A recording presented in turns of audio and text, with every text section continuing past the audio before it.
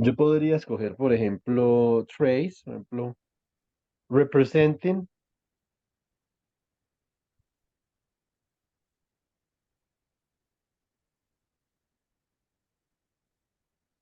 the trace in coherent state bases. Este es un problema que les voy a hacer la semana entrante. De hecho, ustedes ya lo pueden ver en el itinerario de la semana entrante. Cristian Santiago, ¿andas por ahí? Buenas noches. Sí, Buenas noches. El itinerario de la semana entrante, Cristian, también es para que te hagas de alguna forma una idea de cómo sería un curso de teoría cuántica de campos para materia condensada para iniciar. Ese sería como una introducción a un curso de teoría cuántica de campos, ¿sí me entiendes? sí, eso me estaba dando cuenta por el contenido del miércoles. Entonces, ese contenido también lo incluí como para más o menos introducirte a ti un poco en algunos problemas que vamos a trabajar ahora en enero. Listo. Vale. Ya yo creo que hoy en la noche, mañana ya te envío lo que te quede enviar para que discutamos y comencemos a hacer la propuesta. Tú mira a ver cuál es tú manejas el formato de la propuesta y tú y yo la vamos haciendo por correo. Listo. Está bien.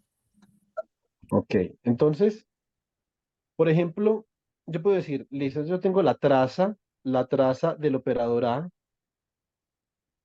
Para darles una referencia, vamos a trabajar con el libro. Bueno, si ustedes quieren algún libro, les voy a decir un libro. Entonces, esto es Quantum Many Particle Systems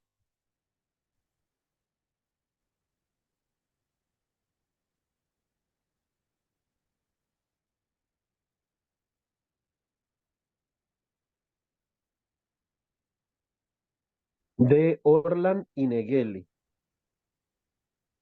Orland and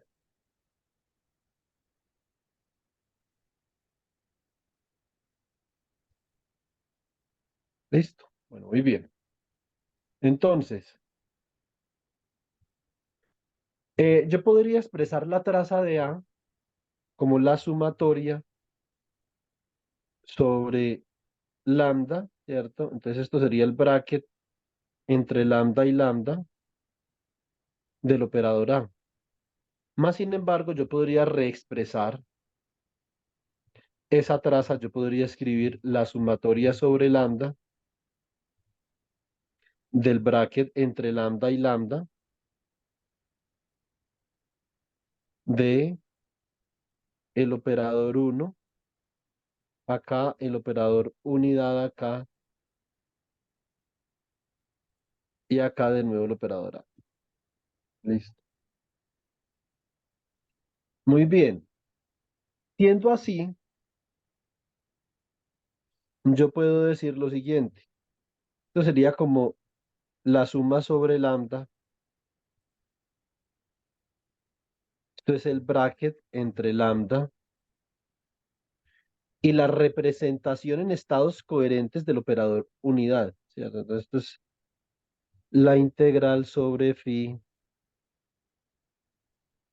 asterisco,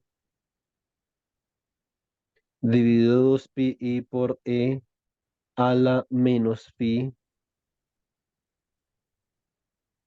por phi asterisco, ¿cierto? Este es el ket de phi por acá, bra de phi, aquí me va a quedar a,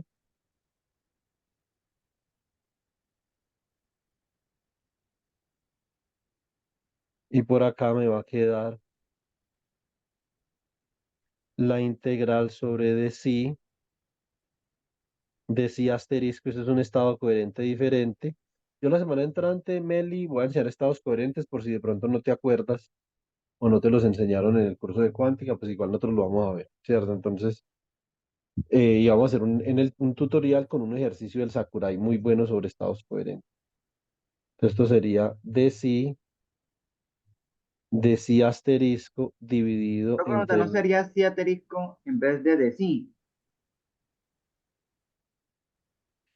No, antes aquí fue que me equivoqué porque yo tengo dos variables de Ah, integración, vale, vale, Cristian. vale. Disculpa que especificar, claro. Listo.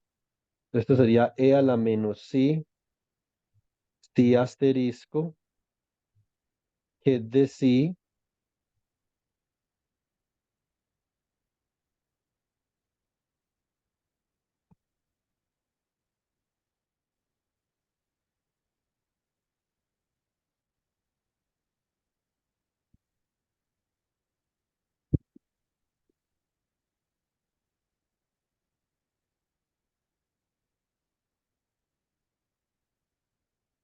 esto sería acá que de si, bra de si y el que de lambda. Listo. Entonces, esto me queda como la sumatoria sobre lambda integral sobre de phi asterisco 2pi integral sobre de si asterisco 2pi e a la menos pi asterisco e a la menos si asterisco, ¿cierto? Y acá me queda el bracket entre lambda y phi, ¿cierto? Esto sería,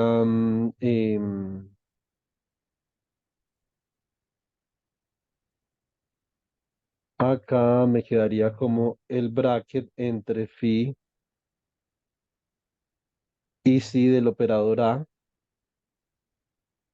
y esto es el bracket entre si y lambda. Entonces, así es como me queda esa traza, y uno dice, oiga, pero este man sí será gilipollas, o sea, va a pasar de una sumatoria a semejante enredo. Pues, o sea, ese enredo tiene sus ventajas, ¿cierto? Eh, y las ventajas de los estados coherentes son estados muy clásicos, son los estados más clásicos posibles. Entonces yo, por ejemplo, el estado coherente no es ortonormal, pero lo puedo expresar como una superposición de estados ortonormales y ya esta vaina que tengo acá se comenzaría más o menos como a simplificar, ¿cierto? Entonces, eh, lo que yo quiero que ustedes vean es que inclusive yo puedo hacer acá un cambio entre bases, porque por ejemplo yo aquí podría cambiar a otra base, me voy a quitar ese lambda de ahí porque aquí va a haber una ortonormalidad, va a haber un delta sobre lambda, y últimamente lo que va a resultar es que si por acá va a haber, por ejemplo, un delta entre lambda y m, y esto es un delta entre lambda y n, esto últimamente va a significar que hay un delta entre pi menos phi, y una de esas dos integrales sale, ¿cierto? Entonces yo lo que podría definir es que podría definir lo siguiente. Yo podría definir que em, la integral, o más bien, una función de phi es igual a la integral sobre phi. Bueno, típicamente las funciones, ojo, las funciones de los estados coherentes son funciones, si estamos hablando de hamiltonianos hermíticos, una función de estados coherentes son funciones tanto de phi como de phi asterisco, porque recuerden que los estados coherentes por definición, coherent states, aquí se los escribo, coherent states,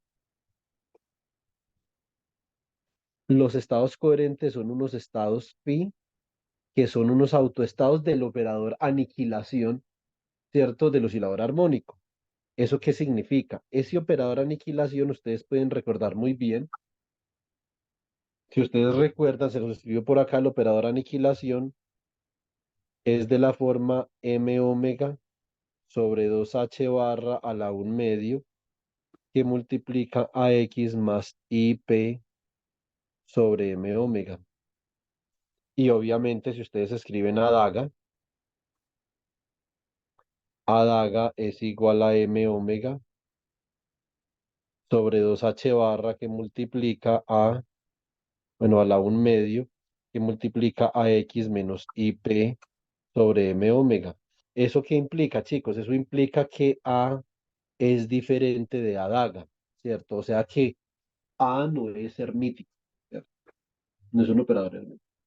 Por lo tanto, sus autovalores son, son complejos. Por eso estas funciones siempre van en estos pares. Entonces yo podría decir que esto es la Profe, integral. una pregunta. ¿Sí? O sea, cuando usted hizo la delta, ¿dónde estaba la variable m? Ah, muy buena pregunta, Cristian. Eso es porque resulta que los estados coherentes yo los puedo expresar.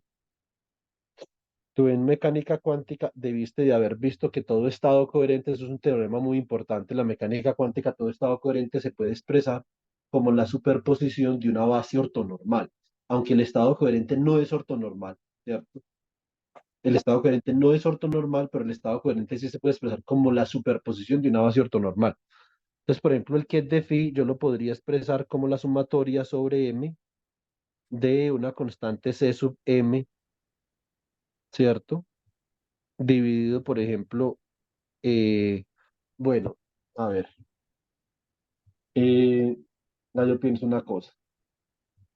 Esto sería, si dejemos como una constante c sub m, dejémoslo de manera arbitraria. Entonces, esto sería c sub m por el ket de m, ¿cierto? Y el ket de sí, yo lo puedo expresar como la sumatoria sobre n de una constante c sub n por el ket de n, where bracket between m and n is delta mn. Simplemente lo que yo estoy diciendo ahí es que esto lo vamos a ver en más detalle la semana entrante, Cristian. Aquí simplemente les estoy dando como un abrebocas para que ustedes puedan más o menos vislumbrar una situación y es la siguiente, que esta integral que hay acá se me va a reducir. Ya les voy a mostrar que se va a reducir. Toda esta integral se va a reducir cuando yo aplique la suma sobre lambda, me va a salir un delta. Y con ese delta hago una integral y me queda simplemente como una sola integral. Entonces esta integral me quedaría como la integral sobre dc asterisco dividido entre 2pi por e a la menos si asterisco, una función de si y de si asterisco, ¿cierto? Y acá me va a quedar efectivamente, esto sería por acá un delta de si menos phi por un delta de phi asterisco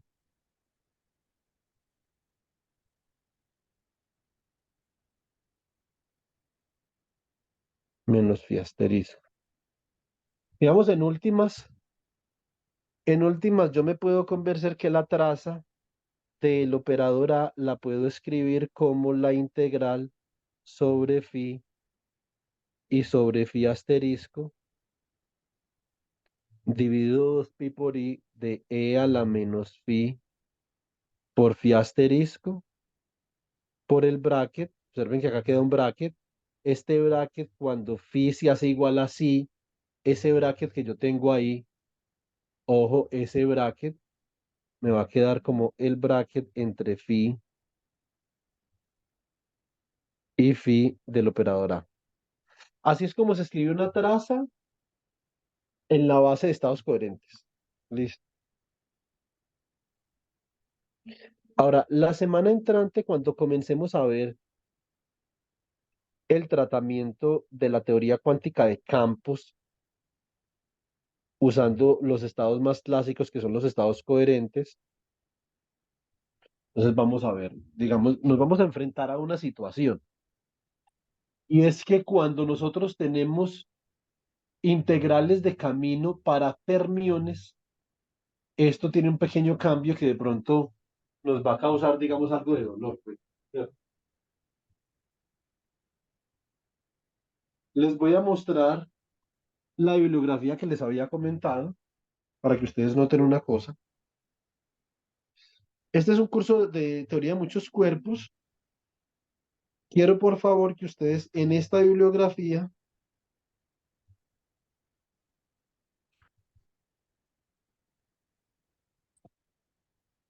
Se van a fijar en el capítulo uno.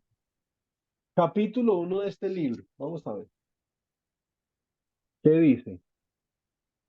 Dice segunda cuantización y estados coherentes. Oigan, lo primero que se ve en ese libro son estados coherentes. Alguna vaina debe ser importante sobre los estados coherentes, ¿cierto? Ahora, por favor, quiero que ustedes se fijen en la sección 2.2, la página 66. Ahí se les va a mostrar.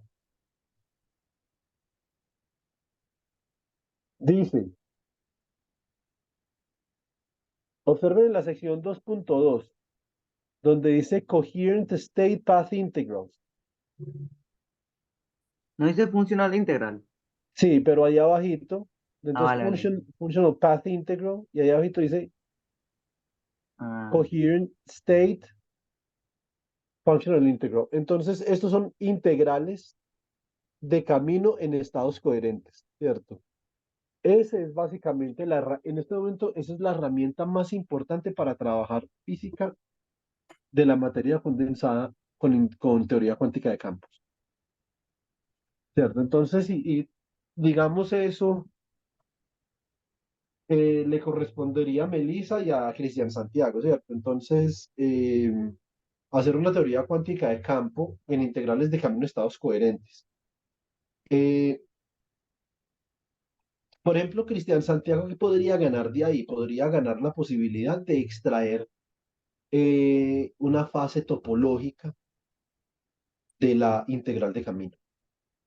Y pues y Melissa, que las funciones de Green quedan definidas naturalmente en un orden perturbativo a partir de una integral de camino en estados coherentes. Las clases de la manera entrante son tan interesantes porque digamos que definen ese camino, ¿cierto? Entonces, Juan aquí David, ¿cuál era? esencialmente, Qué pena. ¿Cuál era ¿cómo? el libro? ¿Cuánto nois? No, este es un libro que no te he pasado. Pero todavía, primero, primero sigue las clases de la semana entrante. Y después de esas clases, Meli, después de las clases de la semana entrante, ahí sí puedes comenzar a leer alguna bibliografía, porque esto es un tema bastante difícil. ¿Sí me entiendes? Bastante, bastante. Esto es un tema que le va a causar un mal rato a cualquier profesor que tú puedas imaginar. Esto es un tema bien difícil. Entonces no es fácil. Entonces, pero es este libro, por si le quieres tomar foto. Listo, profe, gracias. Entonces, y entonces, ese sería el método matemático que utilizaríamos para tu trabajo de grado. Entonces tú dices, pero es funciones de Green, pero son funciones de Green en ese marco de la integral de camino de estado coherente, ¿cierto? Entonces es una teoría muy elegante, pero sobre todo se gana muchísimo a partir de utilizar esa teoría. Ahora, yo curiosamente para esta traza lo que yo estoy haciendo es que estoy seleccionando la base más clásica. Hay muchas bases que yo puedo utilizar, pero me dio por seleccionar la base más clásica. Eso tiene una razón de ser. Y es que cuando Feynman piensa en la integral de camino, que eso después lo coge Ryogo Kubo y lo convierte en una integral de camino de estados coherentes junto con Matsubara, pero cuando Feynman piensa originalmente en la integral de camino, él piensa en una forma para evaluar la dinámica cuántica de un sistema, pero eh, usando trayectorias clásicas. ¿Cómo funcionaba eso? Él dijo, bueno, ¿qué tal si yo tengo, por ejemplo, una trayectoria que extremiza un funcional, como por ejemplo la acción? Entonces esa trayectoria se halla resolviendo las ecuaciones de Euler-Lagrange, ¿cierto? Entonces, eso está claro porque nosotros sabemos mecánica clásica, sabemos que una trayectoria en mecánica clásica es simplemente un conjunto de puntos, QQ punto, ¿cierto? Que definen el camino óptimo entre dos coordenadas iniciales y coordenadas finales en el espacio de fase de velocidad. Eso todos lo sabemos porque todos hemos visto mecánica clásica, ¿cierto? Entonces ese conjunto de puntos que nosotros llamamos trayectoria no es único. Hay diferentes formas, diferentes caminos que yo puedo utilizar para ir de un punto inicial a un punto final. Supongan ustedes que este es su punto inicial y este es su punto final. Entonces, este es un camino posible, este es otro camino posible, este es otro camino posible. Este es otro camino posible. Ahora, ¿qué es lo que dice Feynman? Feynman dice que a pesar de que solamente uno de esos caminos es óptimo, en mecánica clásica, solamente uno de esos caminos va a ser el camino a través del cual se va a desplazar el sistema físico. Uno solo, que es el que optimiza la acción, que por eso se llama la extremización de la acción. Más sin embargo, Feynman dice, pero en mecánica cuántica, como hay incertidumbre con respecto a la posición del momento, entonces yo puedo sumar sobre todos los posibles caminos, los otros van a ser menos probables, el camino clásico va a ser el más probable, pero los otros igual van a ser caminos en mecánica cuántica de probabilidad diferente de cero. Y la integral de camino es uno para hallar la dinámica, sumar sobre todas las posibles trayectorias que pueden ir desde A hasta B. Eso es una integral de camino, ¿cierto? Ahora, la formulación de la integral de camino de Feynman, naturalmente, se hace pensando a X y a P como cantidades clásicas, ¿cierto? O sea, si la base para la integral de camino de Feynman es X y P clásico, si yo quiero hacer una integral de camino con la base estados coherentes por la razón que sea, ya después veremos cuál es la razón. Entonces, si yo quiero escoger base para la integral de camino, me conviene que sea la base más clásica posible. ¿Y cuál es la base más clásica posible? Pues los estados coherentes. De ahí la importancia. Ahora, Meli, si te quieres ir adelantando un poco, lo que sí podrías hacer es estudiar estados coherentes. Voy a ver si yo encuentro mis clases de estados coherentes, no las he podido encontrar. No sé si fue que nunca las subí o no sé qué pasó con las clases de estados coherentes. Es más, regálame un segundo, yo trato de revisar acá en la página de Wix.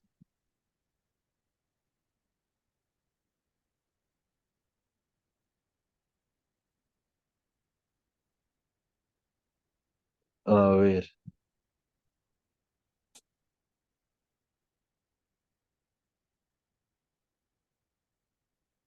no, no tengo el curso en la página de Wix tampoco.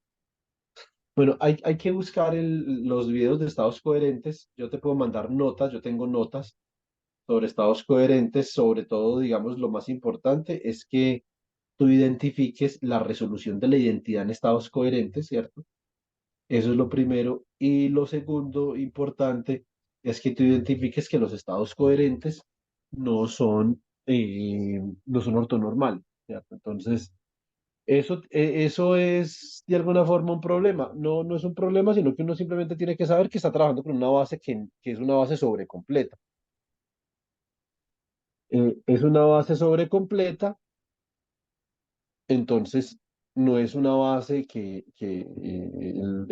el bracket entre elementos de la base vaya a dar un delta, ¿cierto? Eso es todo, pues, ¿cierto? Entonces yo podría escribir acá for coherent states.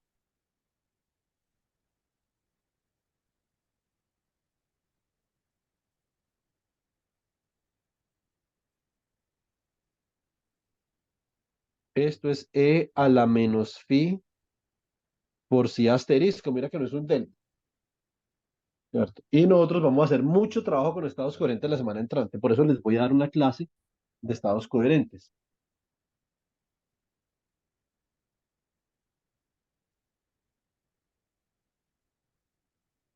Hay otros dos textos, Melissa, si los quisieras analizar. Este es un texto de un colega, se llama Christopher Mudry. Es un profesor, está en Suiza, no me acuerdo dónde es que está. Él está en el Paul Scherrer Institute, o estuvo, tengo entendido que ya no está ahí, estuvo ahí. Y se llama Lecture Notes on Field Theory in Condensed Matter Physics. Mira que de hecho la portada es una función de partición escrita como una integral en estados coherentes. Este libro trabaja todo con integrales de camino en estados coherentes. Ahora, este libro, que es el libro que ustedes muchos conocen de Piers Coleman, introduce los estados coherentes en el capítulo 12 y las integrales de camino en estados coherentes en el capítulo 12 y hace una aplicación particular en el capítulo 13, ¿cierto? Bueno, muy bien, entonces nosotros ya estamos digamos, convencidos de que lo más importante cuando yo estoy trabajando con mecánica cuántica es escoger la base, ¿cierto? Yo creo que eso ya sobra decirlo. Entonces ahora, let's evaluate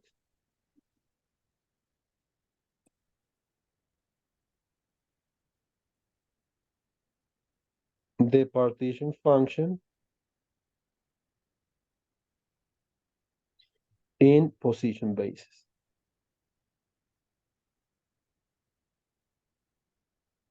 O bueno, más bien hagamos esto, in momentum basis.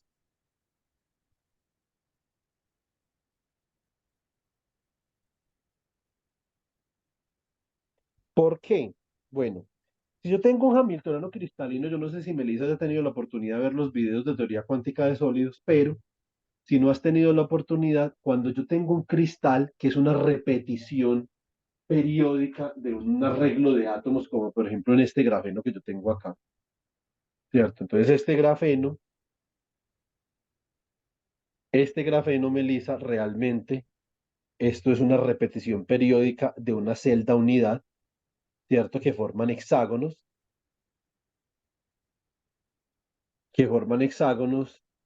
de átomos de carbono, ¿cierto? Esta repetición cristalina, miren todos bien, esta repetición cristalina que yo tengo acá, que es eso Juan Diego, no anda por ahí. Aquí soy profe, sino que Ah, ok.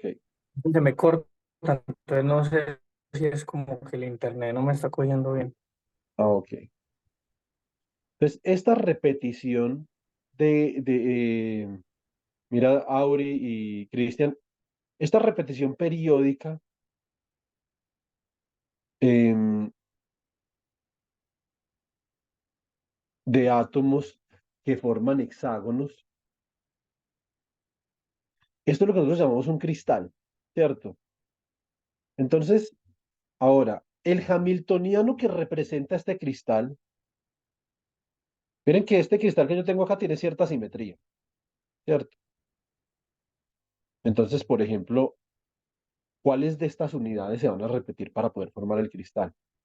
A ver, entonces voy a mirar una cosa. Si yo cojo el cristal de esta forma, ustedes eh, pueden ver que estas dos unidades de acá, estas dos unidades se van a repetir acá y también se repiten acá, ¿cierto? Entonces, observen que esas unidades son las unidades que se repiten, ¿cierto? Eso debía hacerse manifiesto, esto debería de alguna forma hacerse manifiesto en el hamiltoniano, ¿cierto? Muy bien. Si eso se hace manifiesto dentro del hamiltoniano, hay una propiedad muy importante que tenemos que tener en cuenta.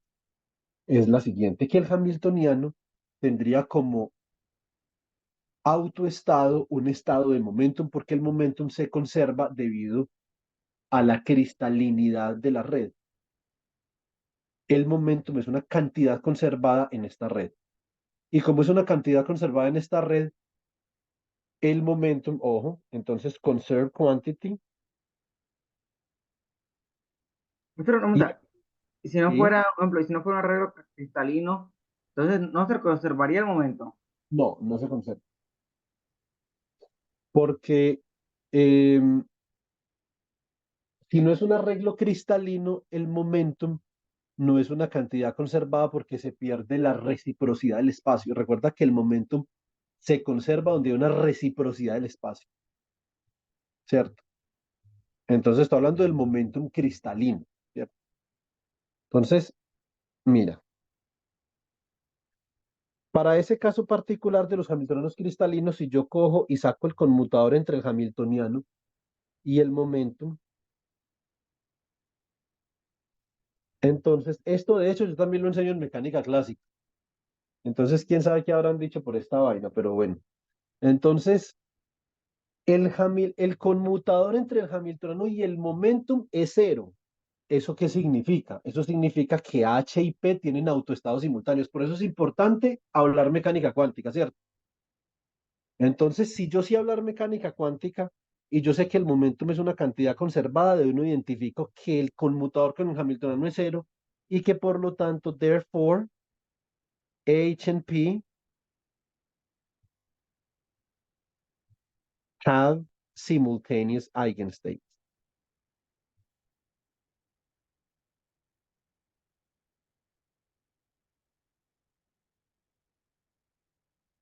¿Eso qué implica?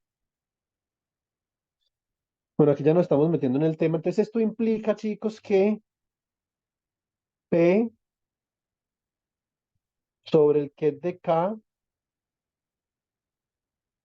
¿cuánto vale P? Recuerden que P vale H barra por K, o sea que esto sería H barra K por el ket de K. Esto implica que el hamiltoniano, actuando sobre el autoestado K que está etiquetado como un vector de onda, esto es una autoenergía E que depende de K por el ket de K. Y esta autoenergía nosotros vemos en el curso de teoría cuántica de sólidos cómo se calcula. Esto es lo que se conoce como band energy band. E de K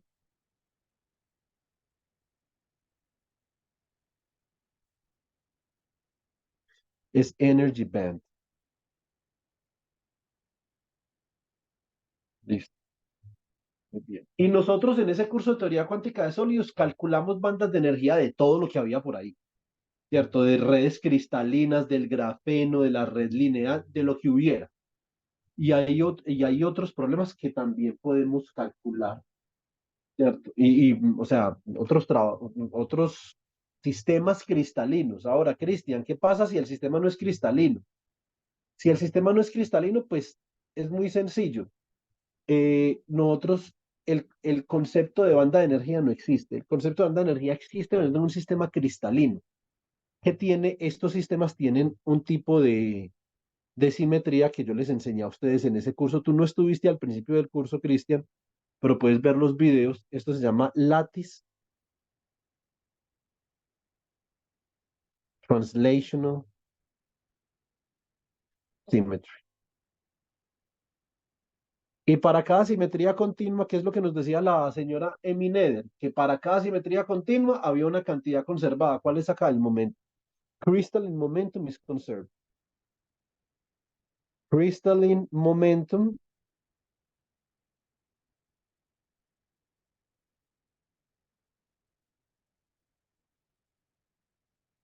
is conserved. ¿Cierto? Bueno, muy bien. Entonces, ¿qué es lo que yo voy a hacer? Pues yo voy a utilizar esta base. Observen que acá, después de haber hecho un análisis más o menos elaborado, yo ya puedo seleccionar la base para hallar la función de partición. Entonces, la función de partición z de beta, que es igual a quién, recuerden que nos quedó como la traza del operador de estado. Uy, no, estos manes ponen una música. Uy, no, Dios mío. Pero triste. Tengo escuchado esa canción de Es que mamá, ¿dónde están los juguetes? Ay, no. Esa canción es terrible. Terrible en el buen sentido que lo hace sentir triste o terrible en el sentido que la canción es mala, pero con ganas. No, no, no, que lo hace uno sentir triste. Pero triste, triste. Eso es como escuchar un discurso de Liberto. No, pues, pucha. Pero bueno. Entonces, la traza de Rho. Entonces yo voy a escoger base para calcular la traza de Rho, que a eso es a lo que yo hacía referencia. Entonces sería E a la menos beta H que depende de K. ¿Cierto? Como nosotros sabemos, el hamiltoniano cristalino depende del vector de onda, ¿sí o no? Acá, entonces, ¿qué tenemos? Nosotros tenemos que esto sería igual a la sumatoria sobre K de E a la menos beta H. Bueno, ya cuando yo actúo H sobre el ket de K, eso me saca el autovalor, o sea que esto queda E a la menos beta E de K por el bracket entre K y K.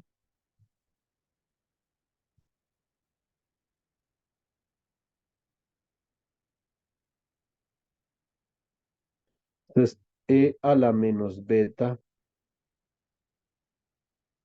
E de K. Ahora, un aspecto interesante, por ejemplo, de este problema. ¿Qué tal que uno no pueda digamos, ¿qué tal que yo no pueda escribir exactamente la dispersión de mi material? ¿Eso qué implica? Eso implica que nosotros no podemos diagonalizar el hamiltoniano de esta forma. Es decir, para los hamiltonianos no diagonalizables, donde hay una interacción electrón-electrón relativamente fuerte, yo no puedo hablar del concepto de estructura de banda. Así mejor dicho, se me embejuque medio YouTube, pues, ¿sí o no? Entonces, la energía de banda, la estructura de bandas no es un observable, simplemente es una estructura teórica cómoda por no escribir una vaina.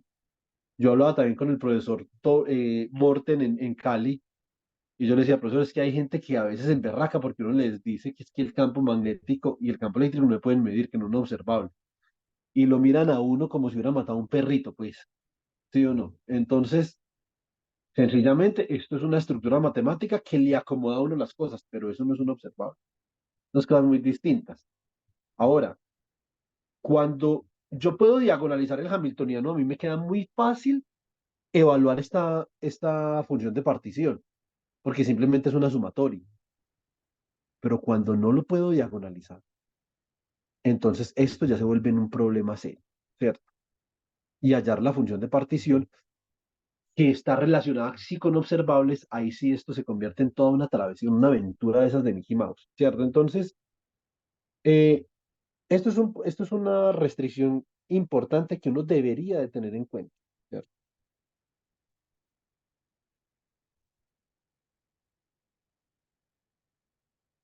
Muy bien.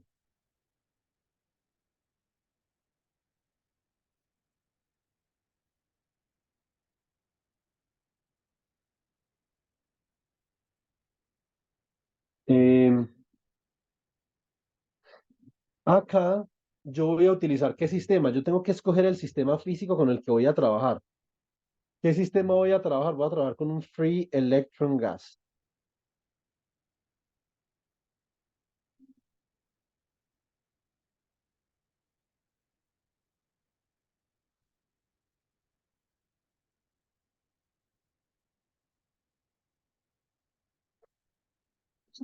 Entonces,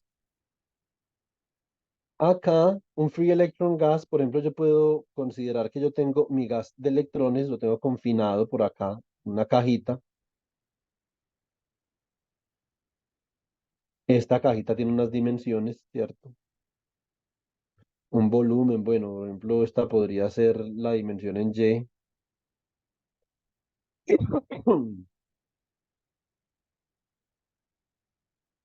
Esto mide LY por acá, por acá mide LX, esto si fuera en dos dimensiones, ¿cierto? Pero podría ser en tres también.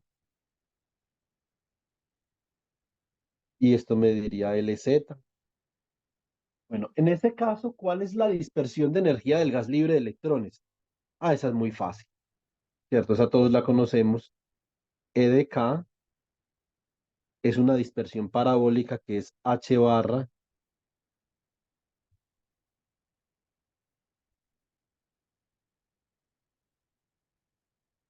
al cuadrado sobre 2m por la magnitud de K al cuadrado. Esta sí es muy fácil. Melissa, si alguna cosa te surge por acá, apúntala y me la preguntas, no hay problema, listo. Para que conozcas todos los detalles eh, con rigurosidad, ¿cierto? Que no pienses que te estás saltando ningún paso. Entonces, eh, acá, entonces la función de partición me quedaría como la sumatoria sobre K de E a la menos beta H barra al cuadrado, K al cuadrado, ¿cierto? Sobre 2m. Ahora, ¿cómo se hace esa sumatoria? Esa sumatoria es berraca de hacer. Entonces, ¿qué es lo que se hace? Lo que se hace es que se transforma la sumatoria en una integral, ¿cierto? Esto es un truquito que después les enseñaré con más detalle. Bueno, yo a algunos ya se los he enseñado.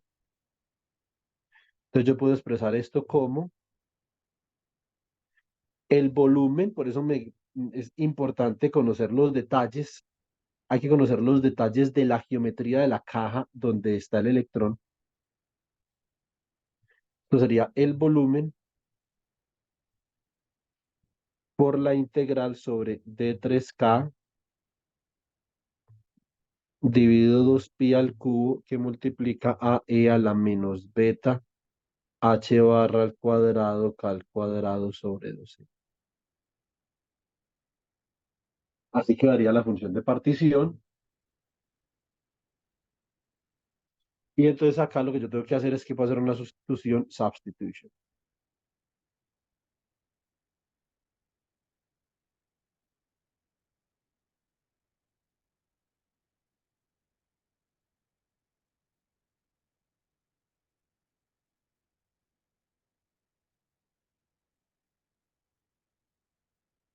Listo. Chicos, ya ven, voy por un vasito de agua.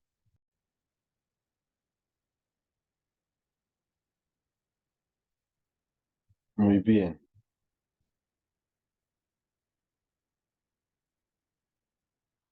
Entonces,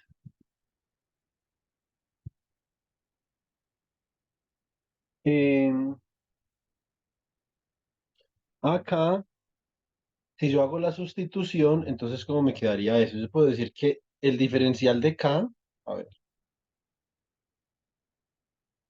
eso igual ahí, eso es una gaussiana, uno, eso no, de hecho, no es tan difícil, no que yo quiero hacer una cosa. Em,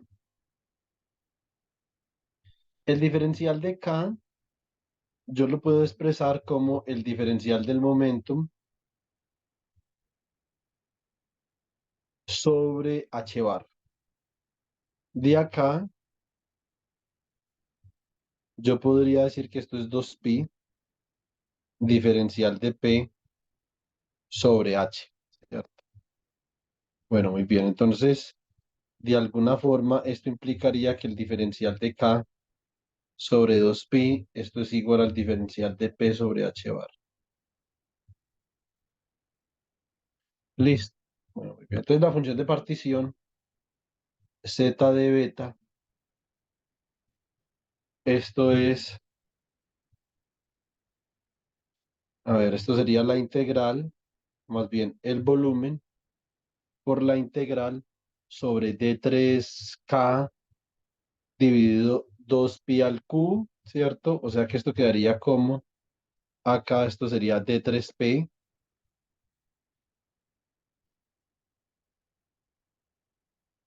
sobre h al cubo por e a la menos beta p al cuadrado sobre 2m, ¿cierto? Entonces, esto es muy sencillo porque esencialmente lo que yo tengo acá es que tengo una integral sobre px, py y pz y este p al cuadrado es px al cuadrado. Creo que una cosa, creo que ahí se equivocó cuando creó el diferencial, ahí no va h barra, sino h. ¿Dónde? Da el Ah, círculo. sí. Tienes toda la razón. Era para saber si estabas despierto, pero ya lo comprobé. Muy bien.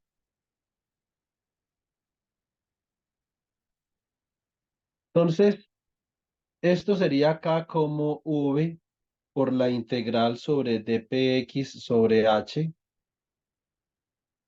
integral sobre dpy sobre h, integral sobre dpz dividido entre h. Esto me queda e a la menos beta sobre 2m que multiplica a px cuadrado más py cuadrado más pz cuadrado. Y esto me queda como el volumen por, esto es dpx sobre h por e a la menos beta px cuadrado sobre 2m por la integral sobre dpy dividido h por e a la menos beta py cuadrado sobre 2m por la integral de dpz sobre h e a la menos beta p z cuadrado sobre 2m, ¿cierto? Entonces acá me queda esencialmente, esto es como v por la productoria desde j igual a 1 hasta 3 de la integral de dpi, perdón, de pj sobre h por e a la menos beta pj cuadrado sobre 2m. Eso es una integral gaussiana, o sea que esto me queda como v por la productoria desde j igual a 1 hasta 3d.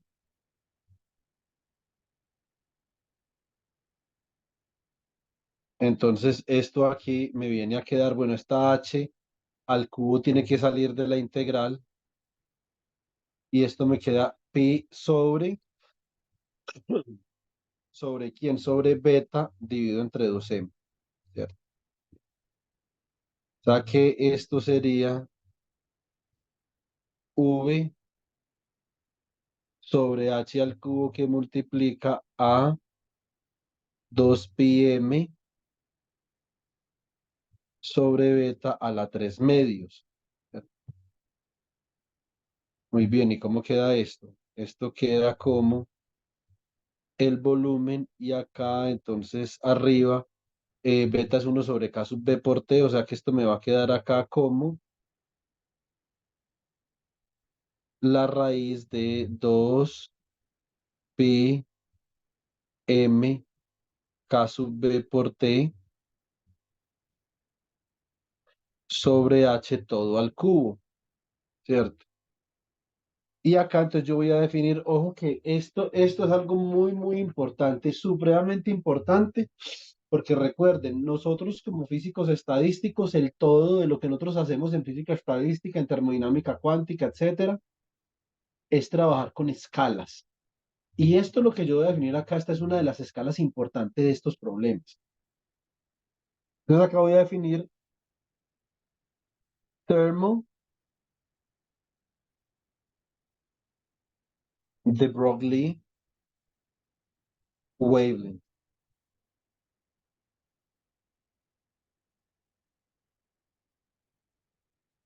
Esta es la longitud de onda térmica de Broglie, lambda de T.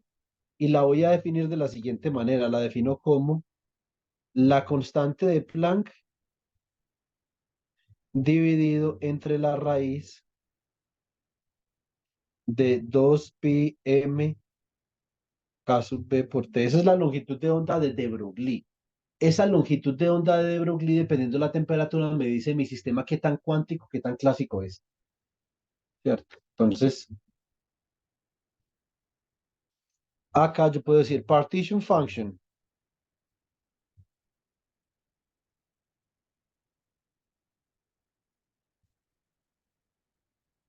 Muy bien. Entonces, la función de partición z de beta me queda como el volumen dividido entre la longitud de onda de de Broglie al cubo, que tiene sentido porque la función de partición es adimensional y tengo unidades de volumen sobre unidades de volumen.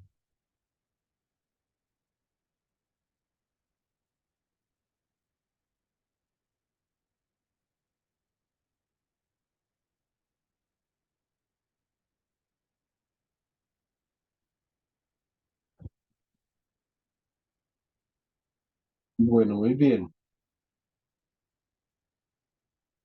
Pero no, una pregunta, yo lo escuché decir que la constante de Broglie es adimensional.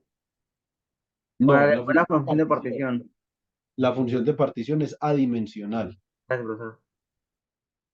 Listo, entonces ahora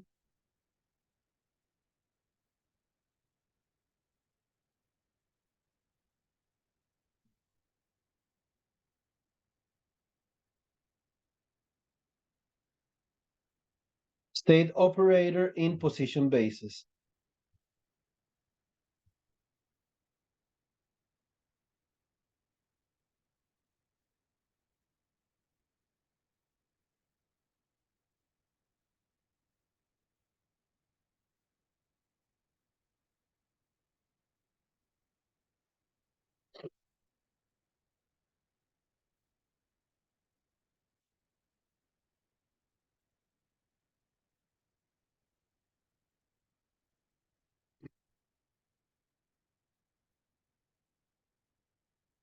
Listo, muy bien.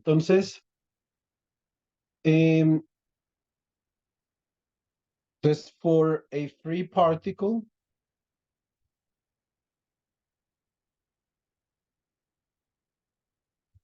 listo. Entonces yo tengo que mi hamiltoniano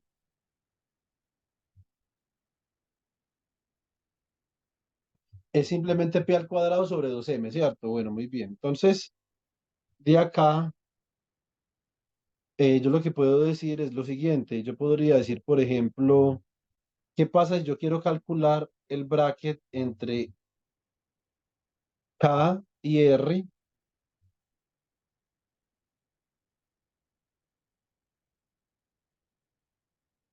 de p al cuadrado sobre 2m? Entonces, esto me queda, recuerden que, bueno, esto sería, a ver, 1 sobre 2m,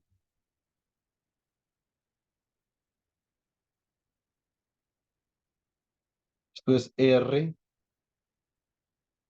esto es p al cuadrado, ¿cierto?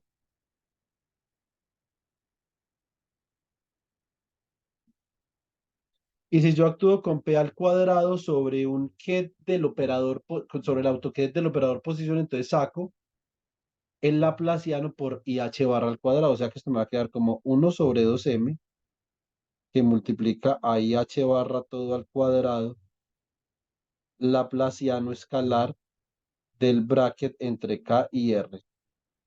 ¿Cierto? Bien.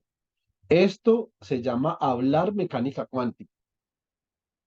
Para que no le digan, uy, menos h barra al cuadrado sobre 2m por el laplaciano en la función de onda. Y uno, ¿qué?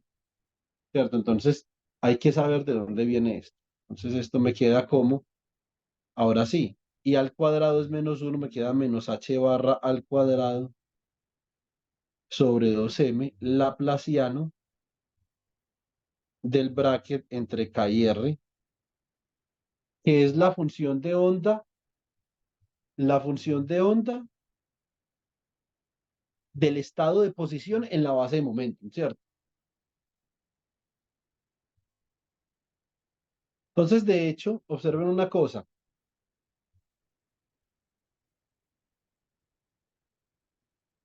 Eh, a ver, si yo tengo el autoestado del operador momentum y actúo sobre él con el hamiltoniano, esto me da el autoestado por E de K. Y yo de acá lo que puedo hacer es que puedo proyectar ambos sobre la base de posición y me va a quedar el bracket entre K y R.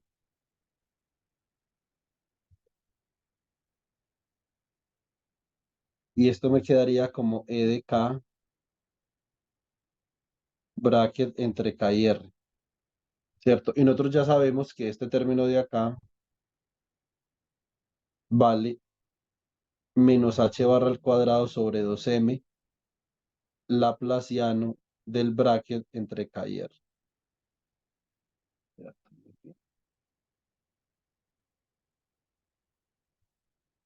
Finally, entonces digamos acá finalmente, ¿qué es lo que nosotros tenemos, chicos? Lo que nosotros tenemos acá finalmente es esto. Finalmente, menos h barra al cuadrado sobre 2m laplaciano del bracket entre K y R. Esto es igual a E de K bracket entre K y R. Eso es la ecuación de Schrödinger para la partícula libre, ¿cierto? Vea, ahí en un momentico sacamos, esto es realmente una mecánica cuántica bien hablada, ¿cierto?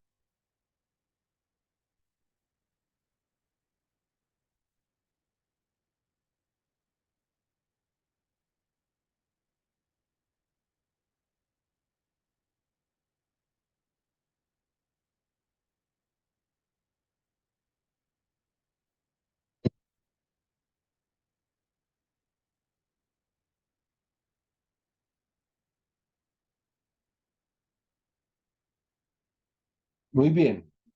Entonces, ahora, esta resulta ser la función de onda. Resulta que yo tengo una función de onda, chicos,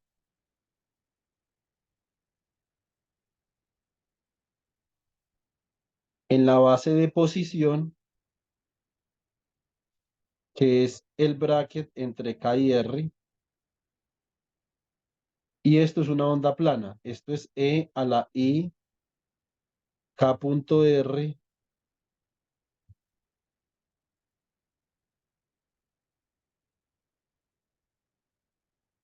dividido V, ¿cierto? Entonces, lo que yo estoy haciendo acá, antes de calcular todo, es que yo estoy fijando más o menos cómo sería el problema para el estado, ¿cierto? Entonces estoy hablando, que lo proyecté sobre una base continua, ya sea la base de momento o la base de posición, pues, sí, para sacar la función de onda. ¿Eso para qué me servirá? Pues ya vamos a ver. No se quiten la mirada del problema. El problema es el operador de estado en la base de posición. Aquí simplemente estoy definiendo el sistema. Listo. Bueno, muy bien. Regálame un segundo, yo reviso acá una cosa.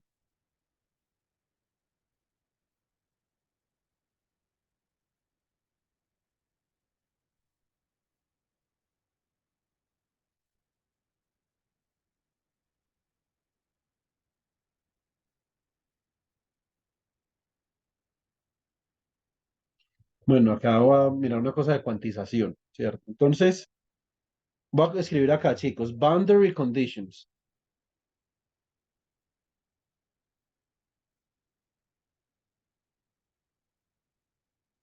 Condiciones de frontera o de borde. Si NR es igual a si NR más A, ¿cierto? Muy bien. Esto significa lo siguiente. E a la I K punto R dividido la raíz del volumen. Esto es igual a E a la I K producto punto con R más A.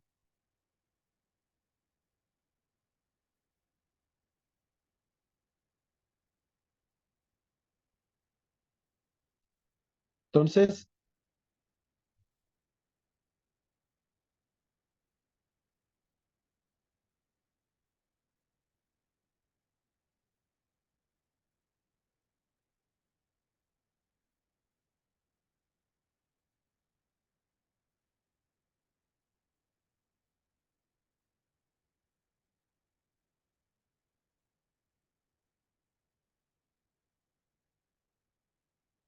listo. Entonces,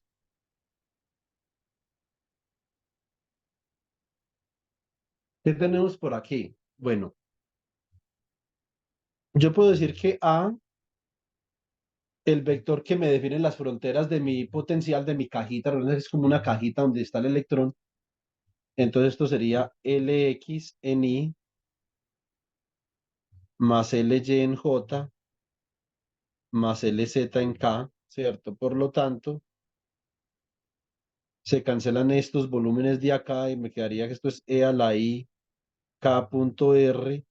Esto sería E a la I K punto R por E a la I KX LX, E a la I KYLY, E a la I KZ LZ, ¿cierto? Se va este término con este término y me va a quedar que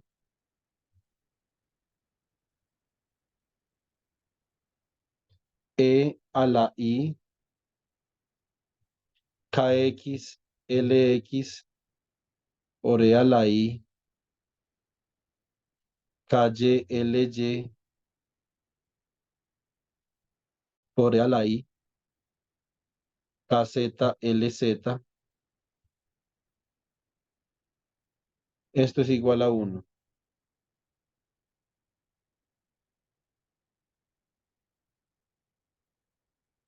Entonces, ¿acá qué me queda? Obviamente, para que esto sea igual a 1, ellos independientemente tienen que ser igual a 1. Yo puedo decir que el coseno, ¿cierto? Porque si es real, entonces el coseno de kx por lx debe ser igual a un número entero por 2pi. O sea que esto sería 2pi nx de acá,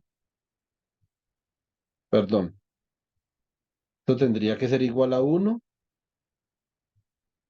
de donde kx por lx sería 2pi nx y de aquí sale la condición de cuantización para kx. Kx es igual ¿a quién? A 2pi nx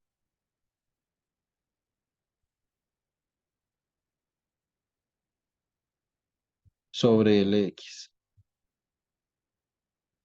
Igual para los otros, ¿cierto? Yo tendría que ky sería 2pi ny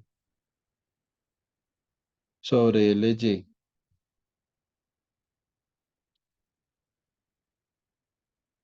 Y kz sería 2pi nz sobre lz.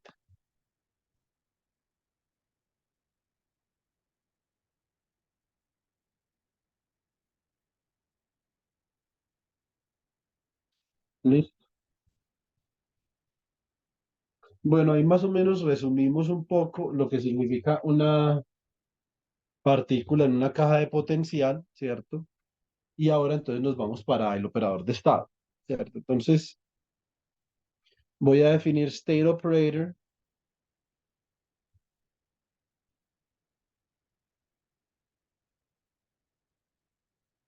in position basis.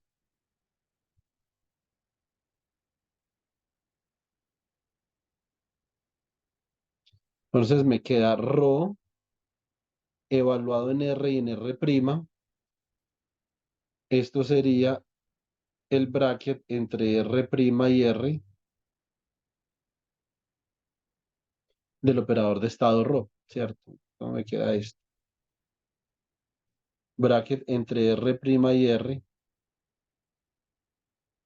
de E a la menos beta H sobre la función de partición.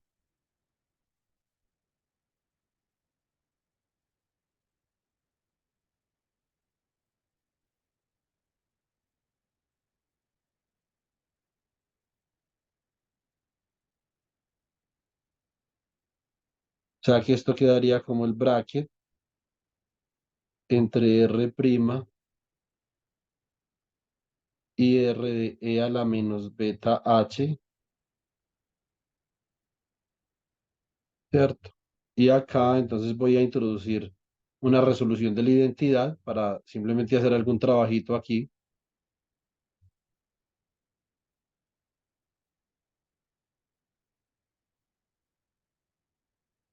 Esto es 1 sobre z de beta, bra de R', la sumatoria sobre K, el ket de K, bra de K. Entonces E a la menos beta H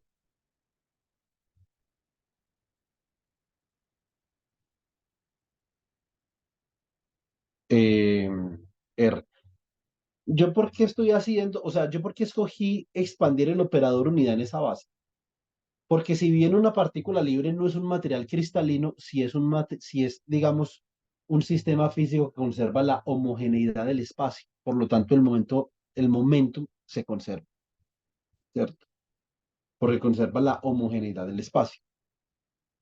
Entonces me queda muy bien utilizar esta base, ¿cierto? Porque yo sé que el hamiltoniano tiene el ket y el bra de k como su autoestado. Muy bien, entonces esto me queda como 1 sobre z de beta, la sumatoria sobre k, bracket entre R' y K,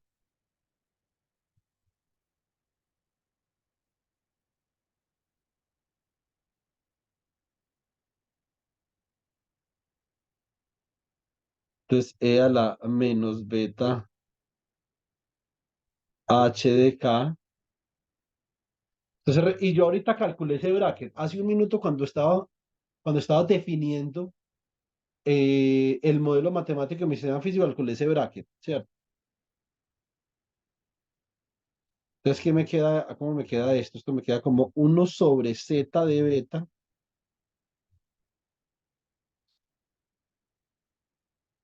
la sumatoria sobre K del bracket entre R' y K, y esto me va a quedar acá por E a la menos beta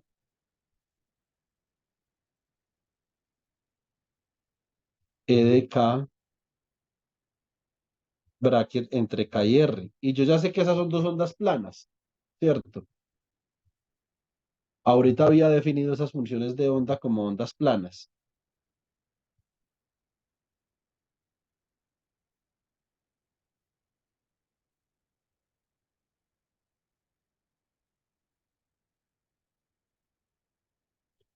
O sea que esto me queda la sumatoria sobre K de E a la menos beta H barra cuadrado K cuadrado sobre 2M. Esto acá queda E a la menos I K punto R prima, y esto queda E a la I K punto R, ¿cierto? Bueno, muy bien.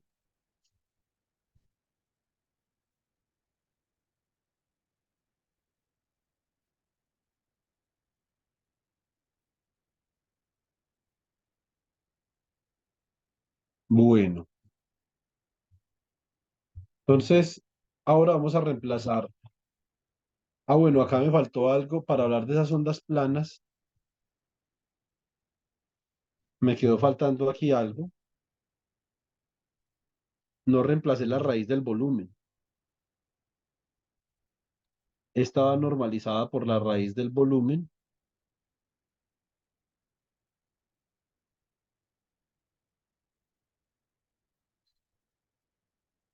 y esa va normalizada por la raíz del volumen,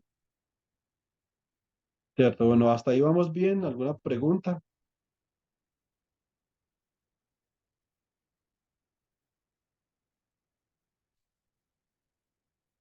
Así es, esto es un curso de mecánica cuántica, chicos. Se los presento.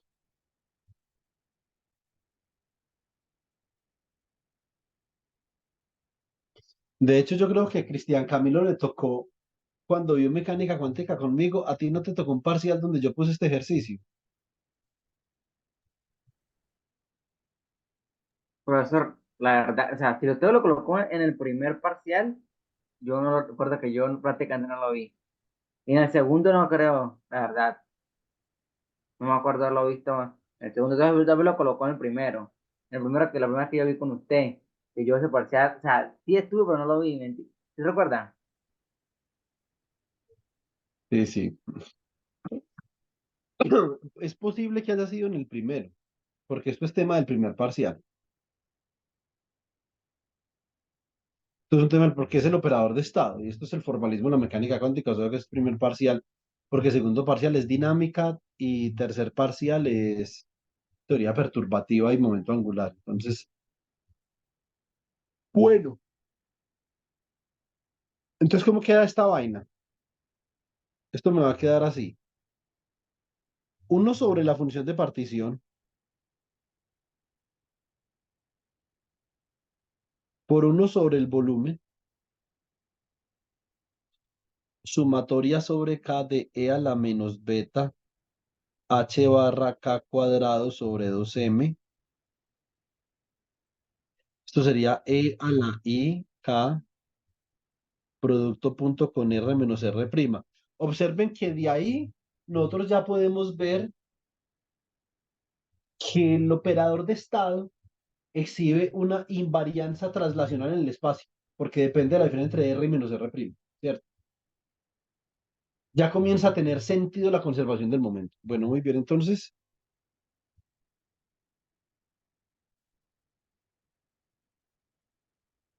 acá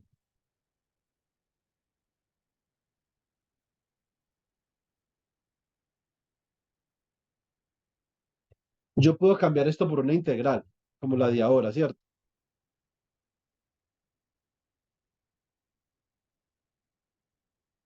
Bueno, esto aquí se pone un poco color de hormiga. Hay que hacer, digamos, hay que hacer algunas cositas con esto, pero pues tampoco es que sea muy grave la cosa, ¿cierto? A ver.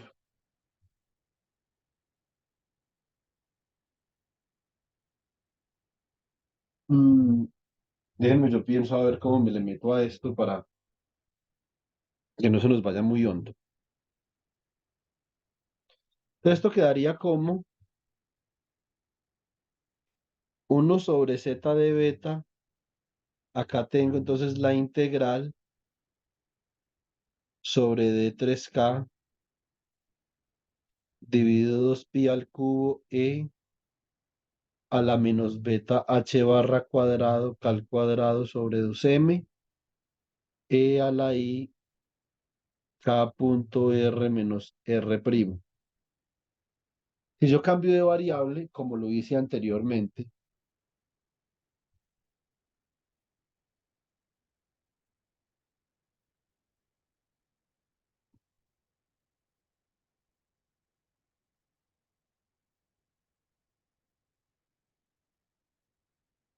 listo, entonces me queda,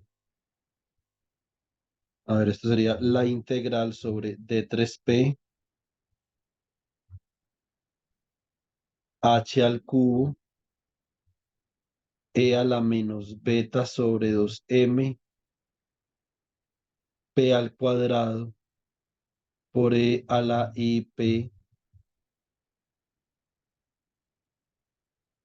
punto r menos r prima sobre h bar. Listo. Bueno, eh,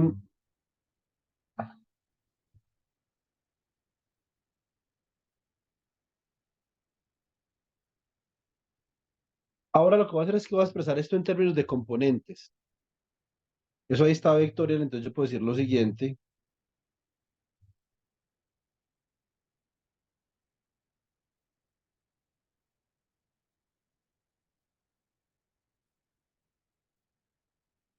Esto sería acá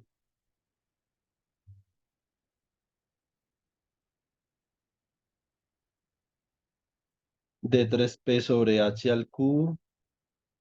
Esto es e a la menos beta sobre 2m. La sumatoria desde i igual a 1 hasta 3 de pi al cuadrado más 2mi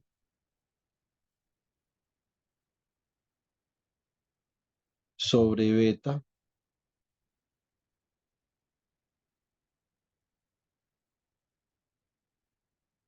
pi por ri menos ri prima. Y acá coloco simplemente h barra beta. ¿Cierto? Muy bien. Eh, Como esto es una sumatoria, recuerden que e a la una sumatoria es la productoria de las e, ¿cierto? Entonces,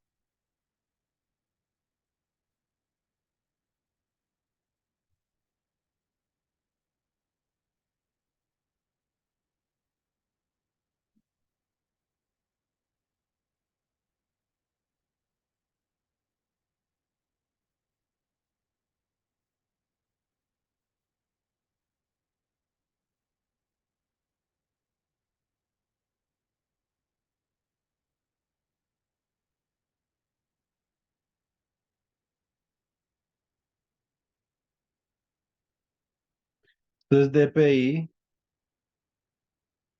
sobre h, ¿cierto?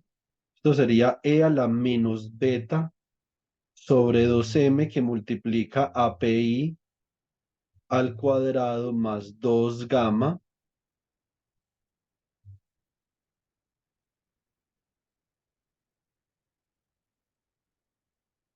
pi, ¿cierto? Y voy a sumarle gamma cuadrado y le voy a restar gamma cuadrado, ¿cierto?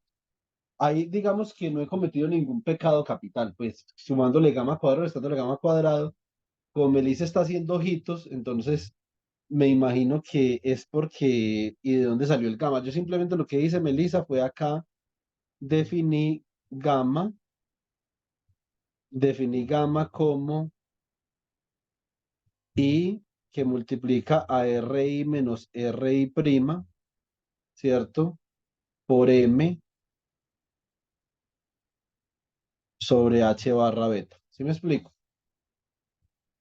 ¿Para qué hice eso, Meli? Yo hice eso para poder completar cuadrados, ¿cierto? Entonces, si yo completo cuadrados ahí, me queda 1 sobre Z de beta. Esto es, la productora es de J igual a 1 hasta 3, ¿cierto? Bueno, aquí puse J y por aquí puse la I. O sea, tengo que ser consistente aquí con la notación. Esto es P sub J, P sub J, P sub J, ¿cierto? Acá me queda dPJ sobre H por E a la menos beta sobre 2M, PJ cuadrado más 2 gamma. Profe, una cosa, es decir que si el cubo del H a la 3 lo quitó de alguna forma o solo se lo comió. No, yo no como después de las 5 de la tarde, entonces no me lo comí.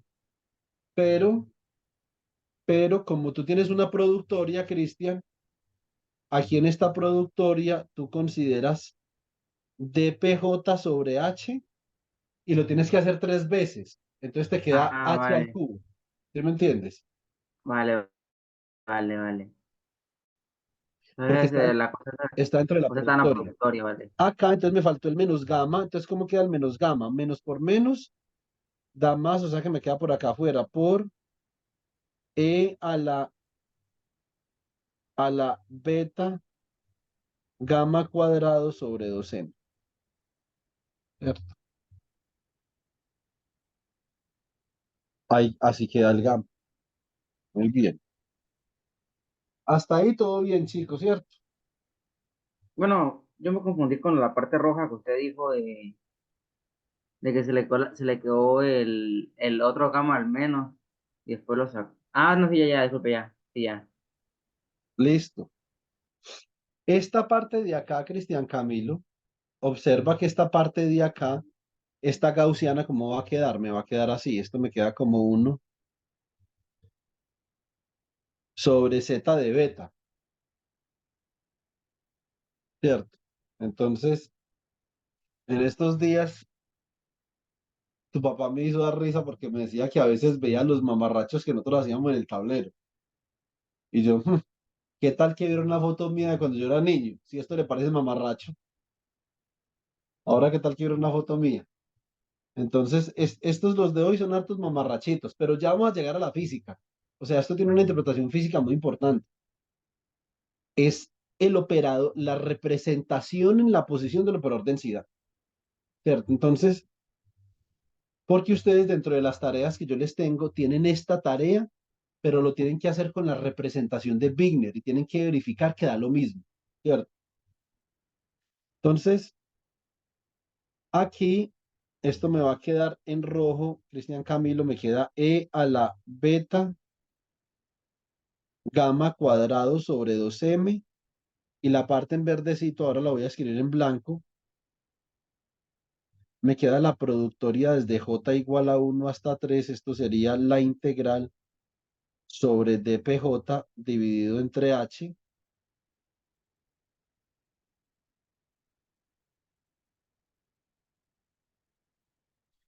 Esto es E a la menos beta dividido entre 2M que multiplica a P sub J, regálenme un segundo. Yo verifico aquí una cosa.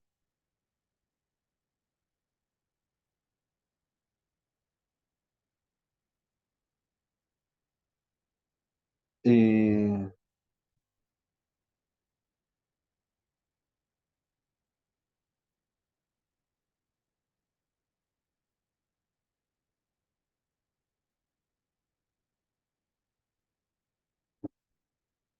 Creo que me equivoqué en un signo, venga, yo veo. Sí, me equivoqué en un signo, porque aquí cuando yo factorizo menos beta sobre 2m, este de acá tiene que ser un signo menos.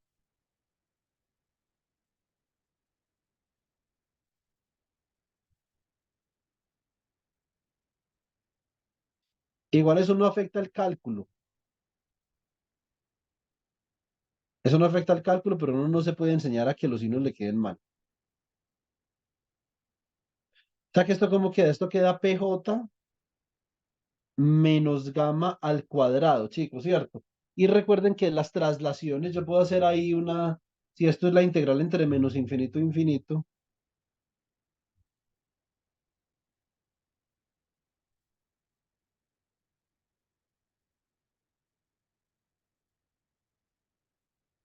las traslaciones no han de afectar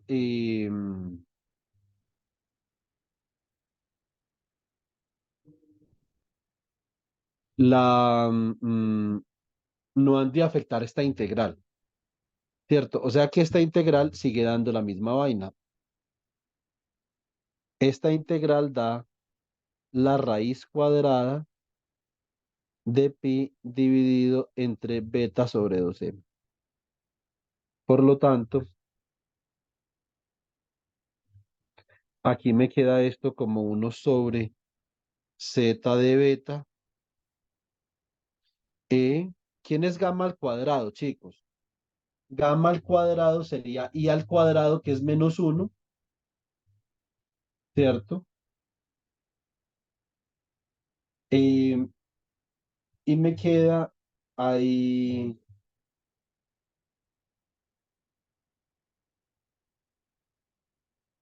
Esperen que este acá, yo aquí cometí un error. Yo no podía sacar este de la productoria, espere. Ya les explico por qué.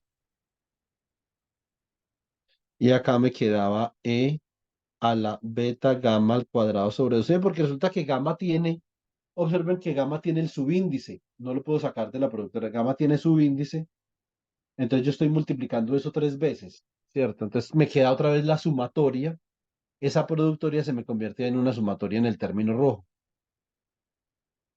Entonces me queda menos, a ver, menos m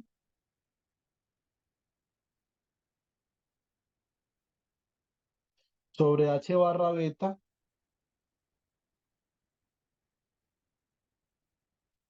yo reviso una cosa acá,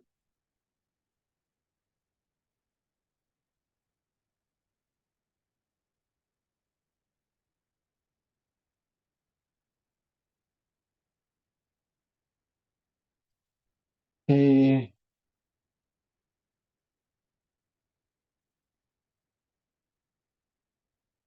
sí, a ver. Esa música de afuera me tiene cardíaco, tanto que ya no hay capaz ni de pensar.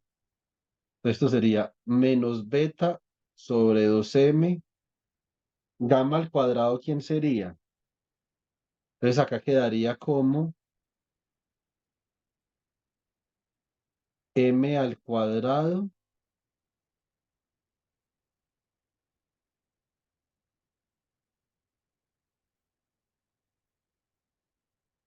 a ver,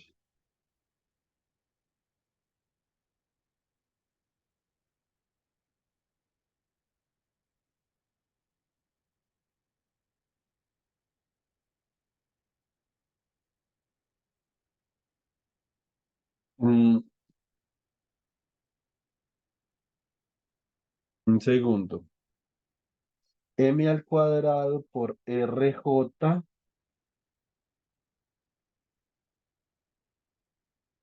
menos rj prima todo al cuadrado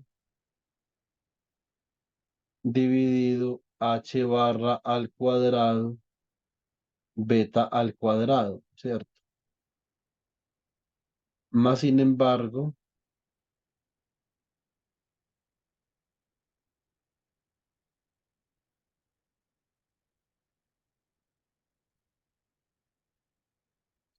esto lo tengo que correr yo un poquito. porque aquí necesito una productoria.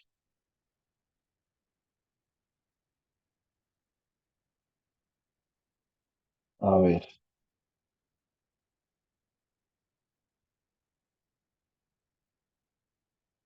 la productoria desde j igual a 1 hasta 3. Y esto es acá por la raíz de pi sobre beta dividido entre 2m. Listo.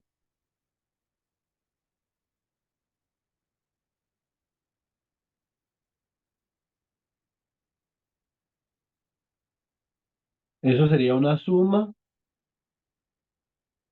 O sea que cuando yo implemente la productoria,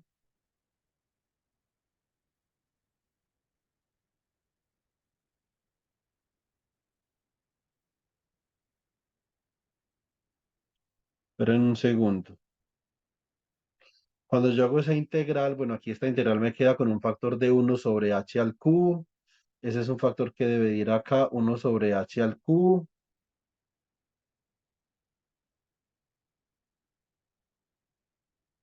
O sea que esto es 1 sobre z de beta. Esto me queda, bueno, se va esta m, este cuadrado con este de acá, se va este beta con este de acá.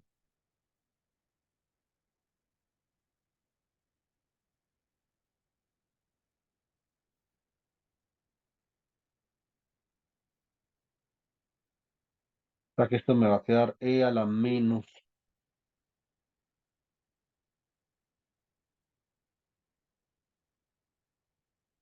A ver, e a la menos k sub b por t por m. Puedo colocar acá, como esa h barra es h sobre 2pi, puedo colocar acá un 2pi menos.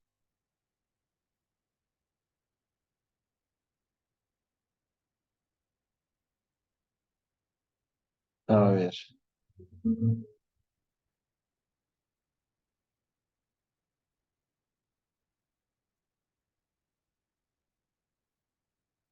Ah, pero es que estaba al cuadrado.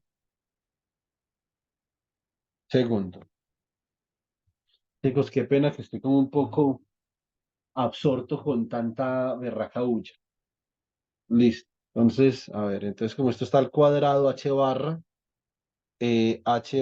al cuadrado, esto me quedaría como h al cuadrado sobre 4pi al cuadrado, ¿cierto? O sea que esto me queda acá como 2pi al cuadrado k sub b por t por m dividido entre 2 h al cuadrado que multiplica la sumatoria desde j igual a 1 hasta 3 de rj menos rj prima al cuadrado, ¿cierto? A ver,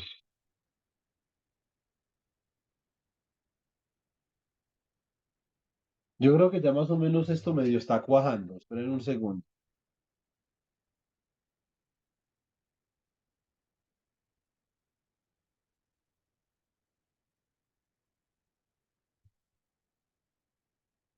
A ver, y en el verde, entonces, ¿qué tengo yo por acá? Tengo por 1 sobre h al cubo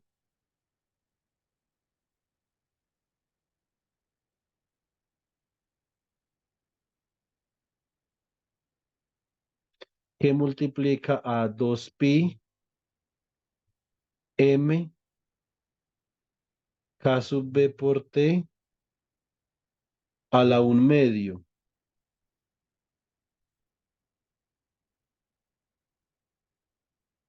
Pero como esto estaba dentro de la productoria,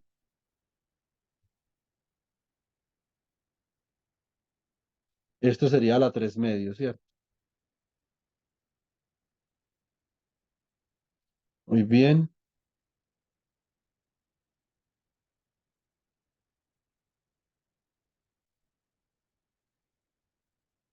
Esto me quedaría como 1 sobre la función de partición que multiplica a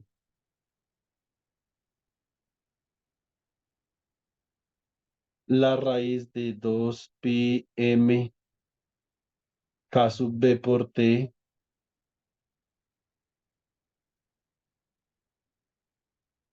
sobre h todo al cubo por se va aquí, se va este 2 con uno de los dos de acá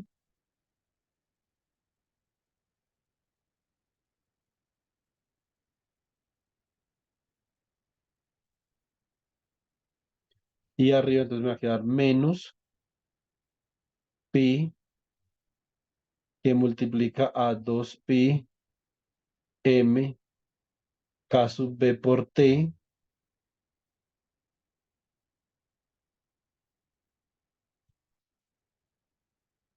sobre h al cuadrado. Ahora sí, después de que hago esa suma, esto siempre me queda como la magnitud de r menos r' al cuadrado, porque eso es como una norma al cuadrado, ¿cierto?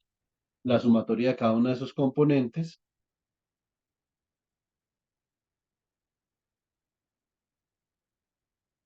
Y con la definición de función de longitud de onda de Broglie, yo puedo escribir esto de la siguiente forma. Esto aquí era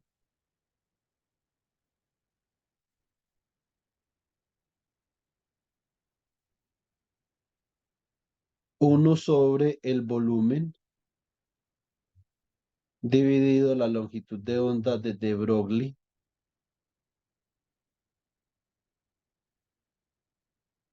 al cubo como función de la temperatura por 1 sobre la longitud de onda de Broglie al cubo como función de la temperatura por a la menos pi. Profe, se lo vio la función de partición. Sí, como yo la había escrito ahora, pues la voy a volver a escribir ahí para poder mirar a ver que se cancela, Cristian. Vale. En la exponencial también queda la longitud de onda de Broglie, ¿cierto? Bien, bueno, entonces ya llegamos, esta es la representación del operador de estado, ¿cierto? Esta es la representación del operador de estado en la base de posición.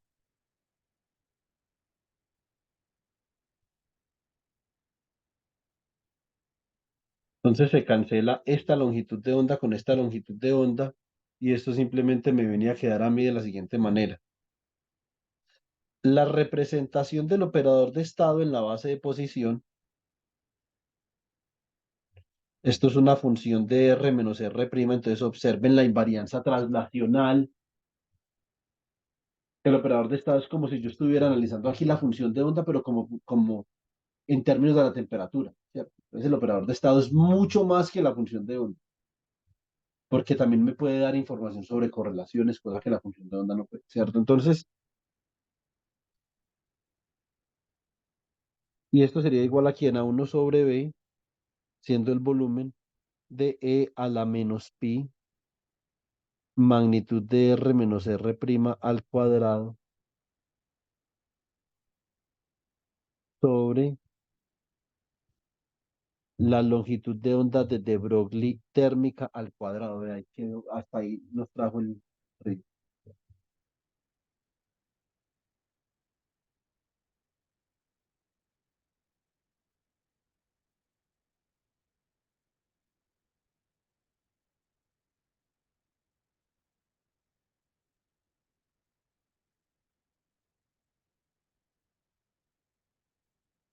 Profe, ¿por qué es que la función partición se puede escribir así?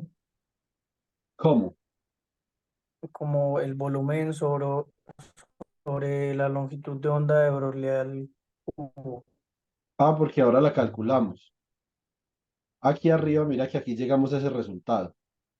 Tú lo puedes revisar en las notas. Entonces, esa es la función de partición, pero para este sistema en particular, no es para cualquiera. Ni siquiera si tú tuvieras la longitud de onda de Broglie para un sistema arbitrario puedes hacer eso. O sea, tienes que demostrar que da eso.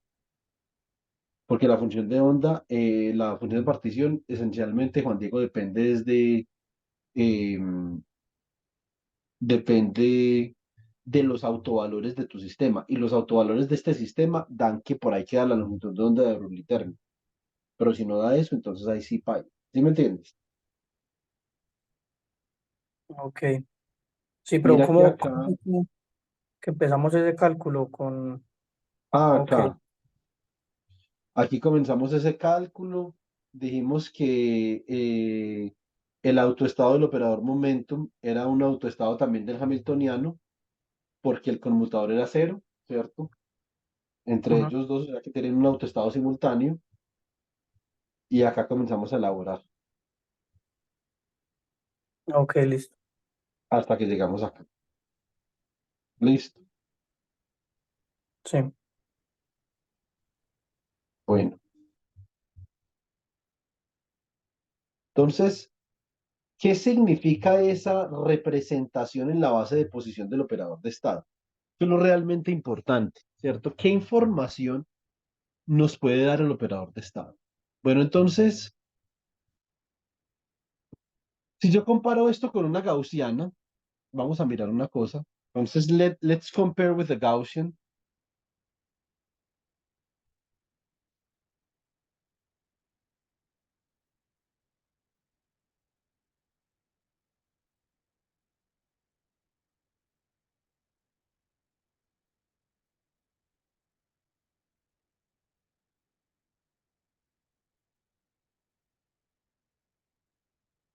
Entonces, yo tengo que una gaussiana es una P de X de la forma E a la menos X al cuadrado sobre 2 sigma al cuadrado, donde sigma es la dispersión. Yo podría decir entonces por comparación, si yo comparo, yo podría decir que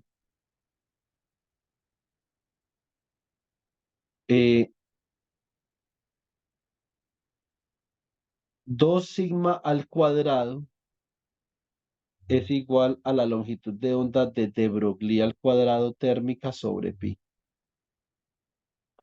¿cierto? Por lo tanto, la dispersión mía en este caso, mi dispersión, vendría siendo ¿quién? Vendría siendo la longitud de onda de de Broglie térmica sobre la raíz de 2pi. Esto es lo que yo acabo de escribir acá, esto es un resultado no menor, porque nos va a decir realmente de qué depende mi dispersión. Entonces, ¿cómo es el comportamiento de mi estado para alta temperatura y para baja temperatura? ¿Cómo es la longitud de onda térmica de de Broglie?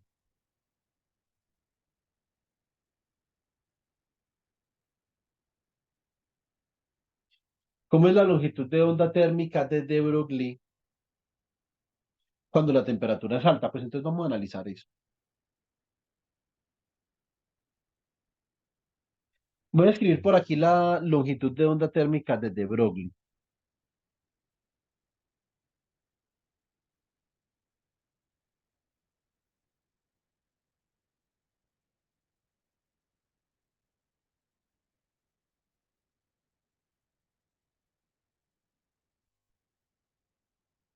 Esto no es otra cosa que h sobre la raíz cuadrada de 2pi por m k sub b por t.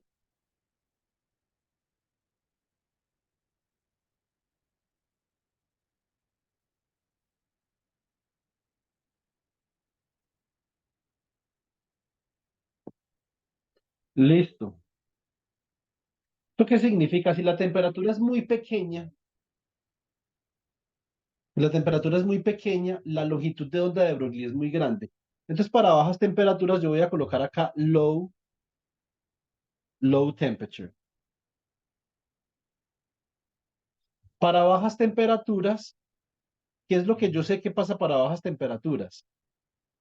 que la temperatura va a ser mucho menos. Yo tengo que definir qué significa bajas temperaturas. Recuerden que esto es una comparación entre escalas de energía. Esto es mucho menor que H barra omega sobre la constante de Boltzmann. Eso es lo que significa bajas temperaturas. Es decir, que en este caso la escala de Planck domina sobre la escala de Boltzmann, ¿cierto?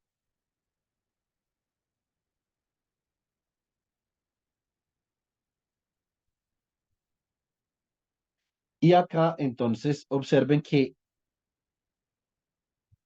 la dispersión es grande. Voy a tener una onda muy dispersa.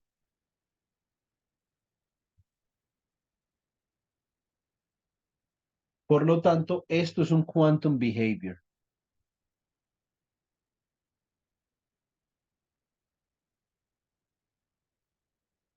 Mi estado tiene un comportamiento más ondulatorio, ¿cierto?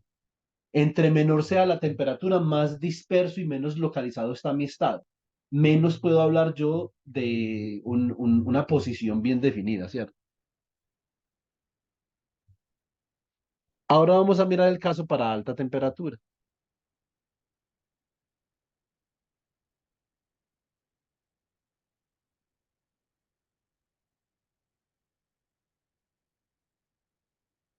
Bueno, realmente yo no estoy graficando contra la temperatura, yo estoy graficando contra R menos R prima, ¿cierto?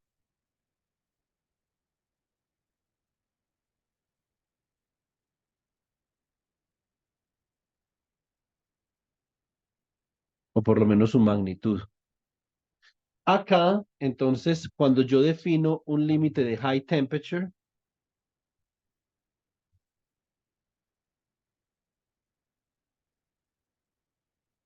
entonces lo que yo estoy diciendo es que la temperatura es mucho mayor que la escala de Planck dividido entre K sub B. Listo.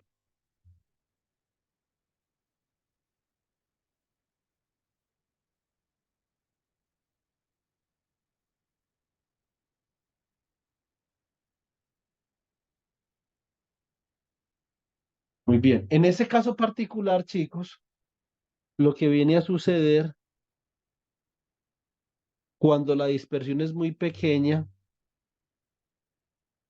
es que nuestro estado se encuentra muy localizado. Entonces se encuentra finamente localizado y se comporta más como partícula que como onda, ¿cierto? Entonces esto es un comportamiento corpuscular y aquí esto sería más un thermal, thermal o classical behavior.